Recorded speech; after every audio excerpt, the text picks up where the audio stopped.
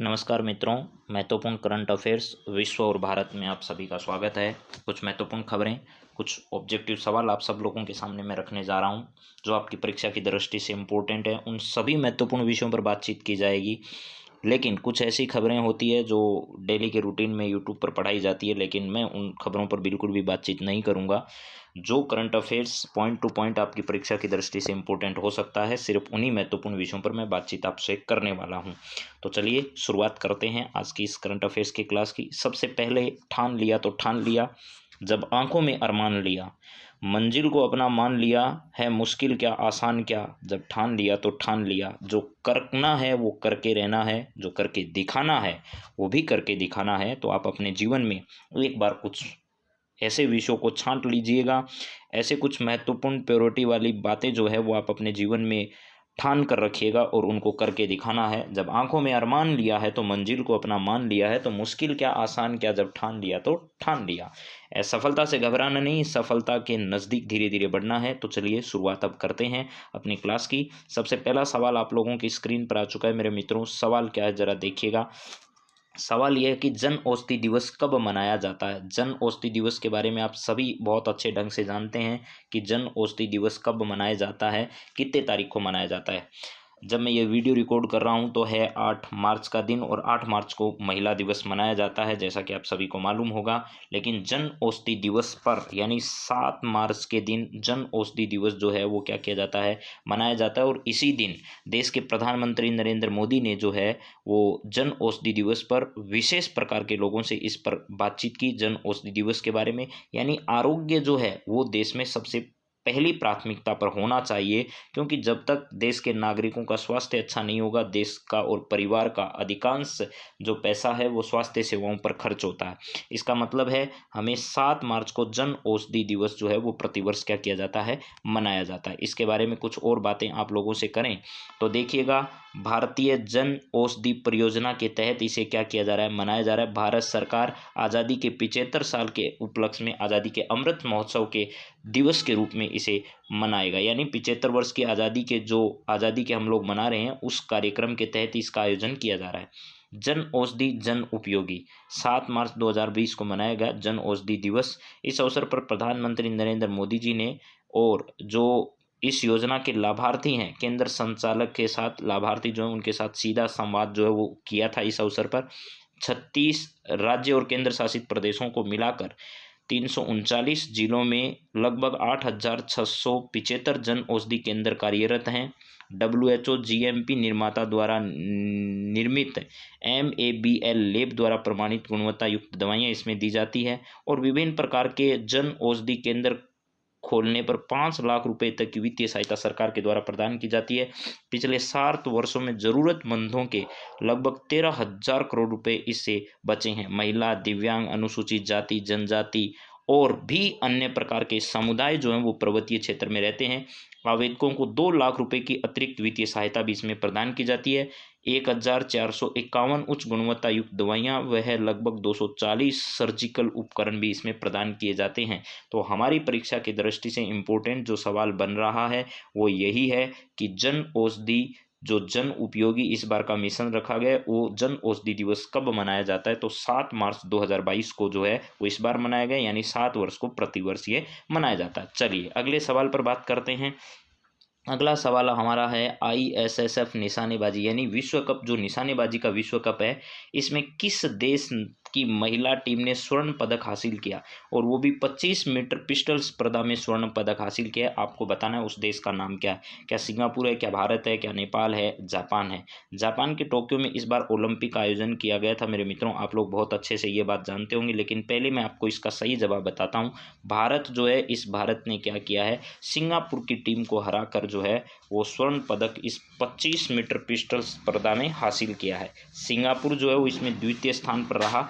और मैंने जैसा कि आपको पहले भी बताया था कि जापान के टोक्यो में हमारा जो है वो ओलंपिक जो है वो आयोजित किया गया, पैरा ओलंपिक और टोक्यो ओलंपिक। इसके अलावा चीन में आपको पता होगा शीतकालीन ओलंपिक जो है उनका आयोजन किया गया था। तो ये सारी बातें परीक्षा की दृष्टि से इंपॉर्टेंट है। यानी मैं आपसे बात करूं तो शीतकालीन ओलंपिक का आयोजन कहाँ किया गया था? शीतकालीन ओलंपिक का आयोजन कहाँ किया गया था?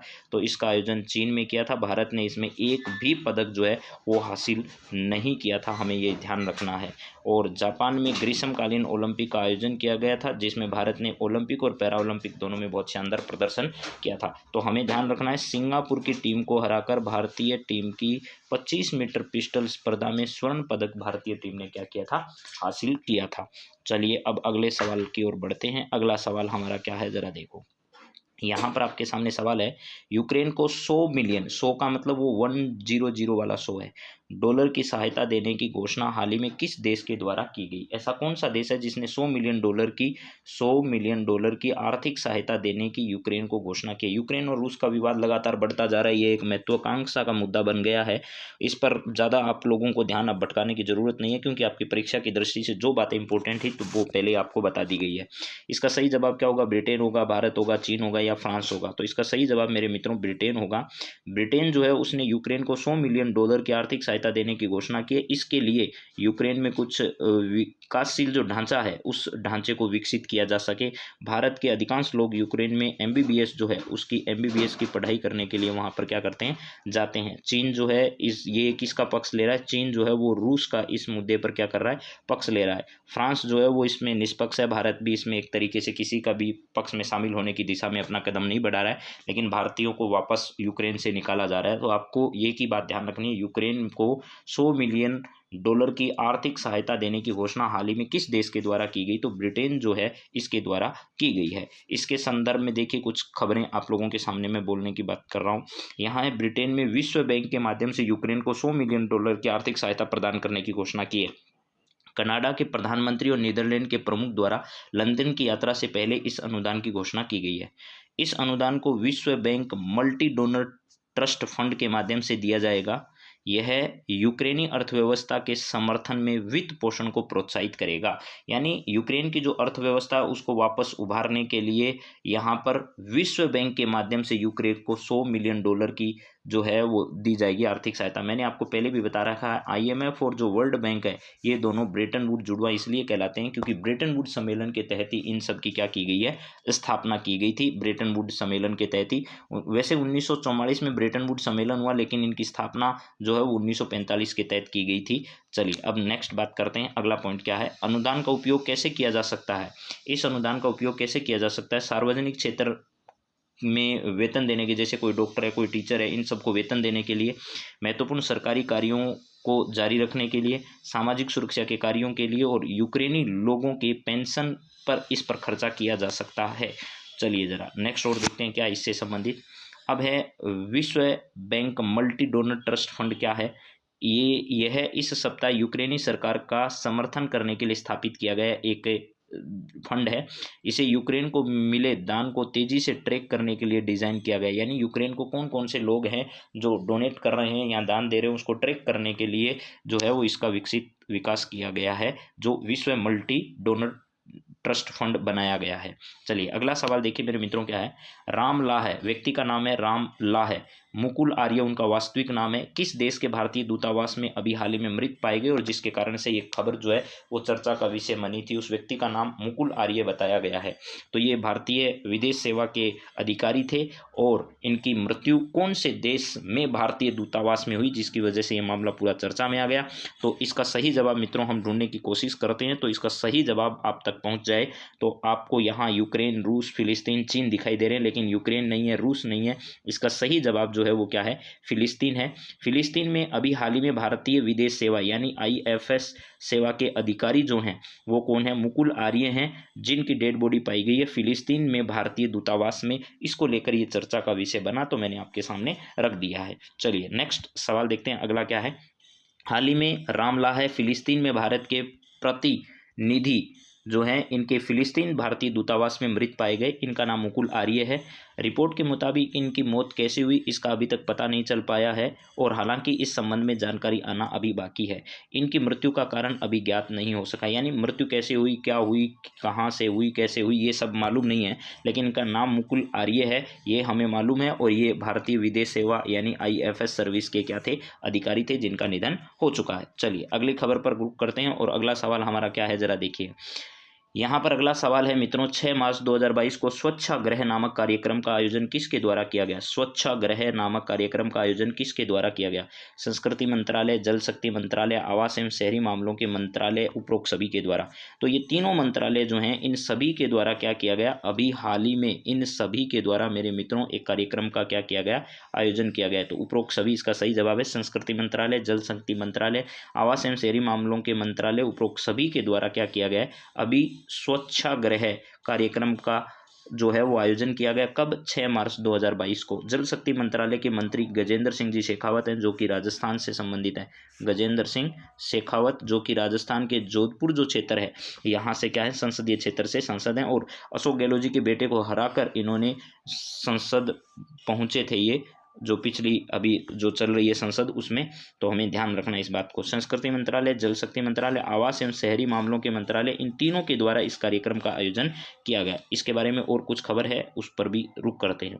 संस्कृति एवं शहरी मामलों के मंत्रालय, संस्कृति मंत्रालय, जल शक्ति मंत्रालय, आवास एवं शहरी मामलों के मंत्रालय, सुलभ इंटरनेशनल एक संस्था है, सुलभ इंटरनेशनल, उसके सहयोग से यानी 6 मार्च 2022 को एक कार्यक्रम आयोजन किया गया। इस कार्यक्रम का नाम क्या रखा गया? स्वच्छाग्रह कार्यक्रम रखा गया।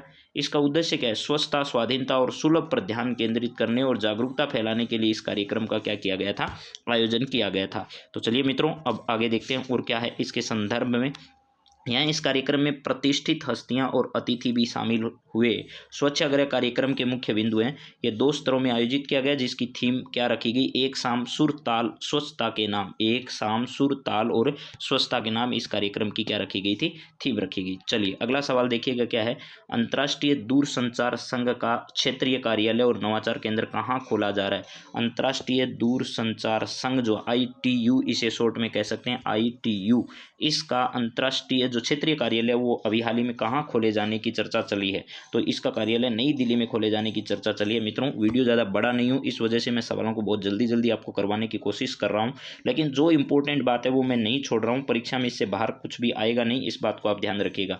नई दिल्ली जो है यहाँ पर नया अंतर्राष्ट्रीय दूरसंचार संघ का नया क्षेत्रीय कार्यालय जो है वो खोले जाने की घोषणा जो है वो अभी हाल ही में की गई है। नवाचार केंद्र भी यहाँ खोला जाएगा। इससे क्या होगा, क्या लाभ होंगे, क्या फायदे होंगे, क्या नुकसान होंगे, उस पर भी चर्चा कर लेते हैं। और क्या है ITU, इसको भी देख लेते हैं। अंतर्राष्ट्रीय दूरसंचार संघ क्या है? सूचना और संचार प्रौद्योगिकी के लिए संयुक्त राष्ट्र की एक विशेष एजेंसी है, जिसकी स्थापना 1965 में की गई थी, और इसका उद्देश्य संचार नेटवर्क में अंतर्राष्ट्रीय कनेक्टिविटी को सुगम बनाना है। इसकी वैश्विक सदस्यता में 193 सदस्य देशों के साथ साथ 900 कंपनियां और विश्वविद्यालय अंतर्राष्ट्रीय और क्षेत्रीय संगठन में क्या हैं?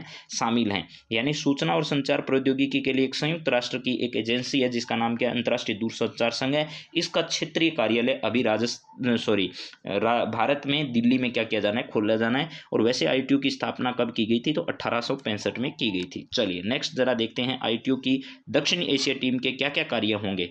विचारों के आदान प्रदान आदि के लिए एक नवाचार केंद्र की स्थापना करना, उन्नत प्रौद्योगिकी की शुरुआत को बढ़ावा देना, दक्षिण एशिया में ICT सेवाओं के विकास में योगदान, मानव संसाधन और क्षमता के विकास में सहायता करना, ITU के जनादेश से संबंधित अन्य गतिविधि का संचालन जो संयुक्त राष्ट्र सतत विकास लक्ष्यों का समर्थन करती है, ऐसे कामों को क्या करना है? बढ़ावा देना है। यहाँ पर हम आगे बढ़ें तो अगला सवाल हमारे सामने आता है। भारतीय विमानपत्तन प्राधिकरण जो है ये आपका पूर्वोत्तर के किस राज्य क्षेत्र में 15 अगस्त 2022 से ग्रीनफील्ड एयरपोर्ट की शुरुआत करने जा रहा है? राजस्थान के कोटा में भी ग्रीनफील्ड एयरपोर्ट बनाया जा रहा है, किशनगढ़ में भी ग्रीनफील्ड एयरपोर्ट बनाया जा रहा है, और इसके अलावा बाड़मेर का जो उत्तर तलाई क्षेत्र है वहाँ पर भी सेना ने क्या कर दिया है कि सामान्य नागरिकों के लिए एक सिविल एयरपोर्ट की तरह रक्षा क्षेत्र का जो एयरपोर्ट है उसको समर्पित करने का फैसला कर लिया है। भारतीय विमानपत्तन यानी उड्डयन मंत्रालय के मंत्री जो हैं वो आपको पता होगा कौन है।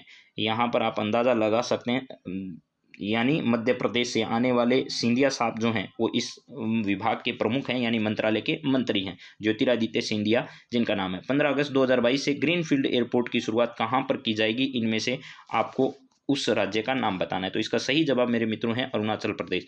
अरुणाचल प्रदेश के ईटानगर जो है वहाँ पर इस प्रकार की शुरुआत की जाने की घोषणा की जा रही है। चलिए इसके बारे में भी देख लेते हैं। भारतीय विमानपत्तन प्राधिकरण द्वारा ईटानगर के 15 किलोमीटर दूर होलो एक ग्रीनफील्ड हवाई अड्डे का निर्माण शुरू किया गया है। ईटानगर अरुणाचल प्रदेश की राजधानी है और सबसे बड़ा यहाँ का शहर भी इस प्रकार की चर्चा है। परियोजना की अनुमानित लागत जो है वो 465 करोड़ रुपए बताई गई है। प्रस्तावित हवाई अड्डे को A320 श्रेणी के हवाई जहाज़ों के संचालन के लिए क्या किया जा रहा है, डिजाइन किया जा रहा है। तो आपको सीधा सीधा इतना याद रखना है, अरुणाचल प्रदेश में ग्रीनफील्ड एयरपोर्ट बनाया जा रहा है भारतीय विमानपत्तन प्राधिकरण के द्वारा, और इसे कब तक शुरू किया जाएगा, तो इसे 15 अगस्त तक शुरू कर दिया जाएगा। इसके बारे में और भी देख लीजिएगा आप लोग। 4100 वर्ग किलोमीटर क्षेत्रफल में विस्तृत हवाई अड्डे के टर्मिनल भवन में यात्रियों की खपत होगी। 200 यात्री जो है वो यहाँ पर रह सकते हैं। लगभग 80% एयर साइड कार्य पूरा हो चुका है और 15 अगस्त 2022 से इसे शुरू होने की पूरी संभावना जताई जा रही है। चलिए अगले सवाल का रुख करते हैं। संभव और स्वावलंबन की पहल की शुरुआत किस मंत्रालय के द्वारा हाल ही में की गई? बहुत इंपॉर्टेंट सवाल है। एक तो संभव और एक स्वावलंबन, ये दो जो पहल है वो हाल ही में किस मंत्रालय के द्वारा शुरू की गई है? मुझे ये लग रहा है कि इस तरीके के सवाल बहुत एग्जाम में पूछे जा चुके हैं और आगे भी आएगा ये सवाल। संभव और स्वावलंबन पहल की शुरुआत जो है वो एक ऐसा मंत्रालय जिसके द्वारा लोगों को, छोटे उद्योग लगाने वाले जो लोग हैं उनको आर्थिक सहायता प्रदान करने के लिए इस प्रकार की संभव और स्वावलंबन पहल की शुरुआत की गई है। तो ऐसा काम कौन सा मंत्रालय करता है? तो ऐसा काम जो है वो एक मंत्रालय करता है, जिस मंत्रालय का नाम मेरे मित्रों है वो है आपका MSME मंत्रालय। इस MSME मंत्रालय के मंत्री जो हैं वो कौन हैं, आप ये बता सकते हो? इस मंत्रालय के मंत्री जो हैं वो नारायण राणे हैं। क्या है? नारायण राणे जो हैं वो इस मंत्रालय के मंत्री जो हैं वो कहाँ से आते हैं? महाराष्ट्र से आते हैं। कहाँ से? महाराष्ट्र से आते हैं। और पिछले दिनों उद्धव ठाकरे और इनके बीच में विवाद बढ़ा था, तो उसको लेकर के ये सारी बातें आपको ध्यान रखनी है। MSME मंत्रालय के द्वारा ऐसा। देखिए अगला सवाल क्या है हमारा, ये है नेक्स्ट सवाल हमारे सामने।